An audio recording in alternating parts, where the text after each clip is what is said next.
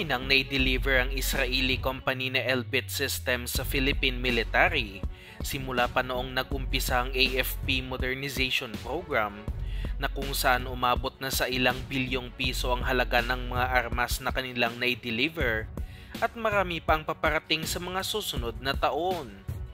Ilan nga sa malakihang produkto na na-deliver ng Elbit System sa bansa ay ang mga Long Endurance Unmanned Aerial Vehicle o mga drones na kung saan nabili ng Philippine Air Force halagang nasa 8.5 billion pesos at nagagamit ito ngayon sa pagbabantay sa West Philippine Sea, pati na rin sa mga operasyon laban sa mga lokal na rebelde, mga tangke at mga armored personnel carrier para sa Philippine Army na kung saan may combined budget ng nasa lagpas 10 bilyong piso at iba pang mga remote-controlled weapons at mga communication systems na gamit sa ngayon ng ating hukbong sandatahan. Ngunit nitong mga nakalipas na taon ay palagi na lang nadidelay ang delivery ng Elbit System sa ating bansa at kanila ding inamin na nahihirapan sila sa pag-supply ng armas dahil inuuna nila sa ngayon ng Israel Defense Force na kung saan kasalukuyang maraming operasyon laban sa iba't ibang bansa kaya maraming mga defense equipment ang hindi pa natatransfer sa Pilipinas. Kabilang na nga ditong ilang mga tangke at mga armored vehicles na matagal nang in-order ng Philippine Army, pati na rin mga maritime patrol aircraft ng ating Air Force na kung saan nagkakahalaga ng nasa 6 billion pesos na kung saan bayad na rin ng buo ng bansa, ngunit hindi pa malaman kung kailan i-deliver ang mga ito. At ngayong taong 2025, nakalinya na sa ngayon ang pagbili ng self-propelled artillery ng Philippine Army bilang parte ng Horizon 3 ng AFP Modernization Program at ayon sa Max Defense, pinaplanong bibili sila ng karagdagang mga Atmos 2000 self-propelled howitzers na gawa pa rin ng Elbit Systems ng bansang Israel. Ngunit nang dahil sa issue sa delay ng delivery, sinasabing naghahanap na ngayon ang Philippine Army ng bagong supplier at bagong mga produkto na rin mula sa ibang bansa at marami na sa ngayon ang nagpresenta ng kani-kanilang mga offer tulad na lang ng Czech Republic at bansang Turkey. Ina-offer sa ngayon ng Czech Republic ang kanilang Dita self-propelled howitzer na gawa ng kanilang defense company na Excalibur Army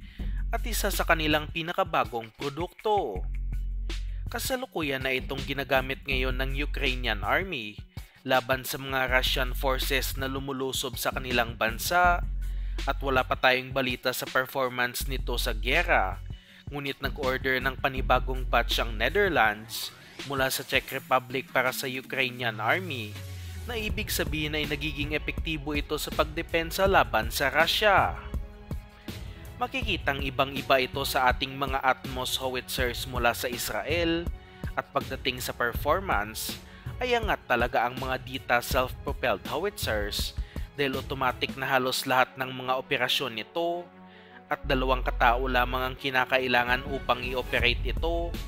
hindi katulad sa mga Atmos howitzers na kinakailangan ng 4 hanggang 6 na operators. Mas madami din itong kayang dalhing mga bala at mas mabilis ang rate of fire, kaya mas matindi ang firepower ng naturang weapon system na matagal na rin nating sinasabi na dapat bilhin ng Pilipinas. Maliban sa Czech Republic, ino-offer din ng bansang France ang kanilang Caesar self-propelled howitzers na kung saan ayon sa Max Defense ay halos kapareho din ang disenyo at operasyon sa ating mga Atmos at halos magkaparehos din pagdating sa presyo nito. Sa mga hindi nakakaalam, inoffer na ang mga Caesar howitzers ng France noon sa Philippine Army, ngunit ang Israel noon ang nanalo sa proyekto at magandang alternatibo ang mga ito dahil sa mas malaki ang weapons manufacturing ng France at hindi rin sila basta-basta nagbibigay ng sanctions di tulad sa ibang bansa sa Europa. Nasa lagpas 10 bansa ang gumagamit nito sa ngayon